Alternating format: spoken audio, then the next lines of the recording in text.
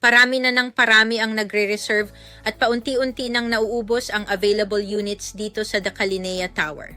Baka isa ka sa mga nag-iisip pa rin hanggang ngayon, habang yung iba secured na ang unit nila. This is the Kalinea Tower, kauna-unahang project ng DMCI Homes dito sa Caloocan South.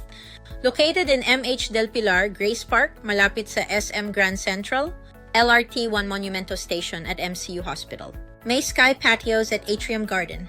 Designed para pumasok ang natural air at light sa buong property. For as low as 16,000 monthly, pwede ka nang mag-start ng studio unit. May options din for bigger units. 25,000 monthly for 2-bedroom at 35,000 monthly for 3-bedroom. Turnover is May 2028 at habang papalapit, mas lalo itong nagiging in-demand. Units today, baka wala na bukas. Kaya kung gusto mo ng unit sa The Kalinea Tower, huwag mo nang patagalin. 20,000 lang ang reservation. Message mo na ako ngayon para ma-secure natin yung unit mo. This is Lynn Kawase, your senior property consultant.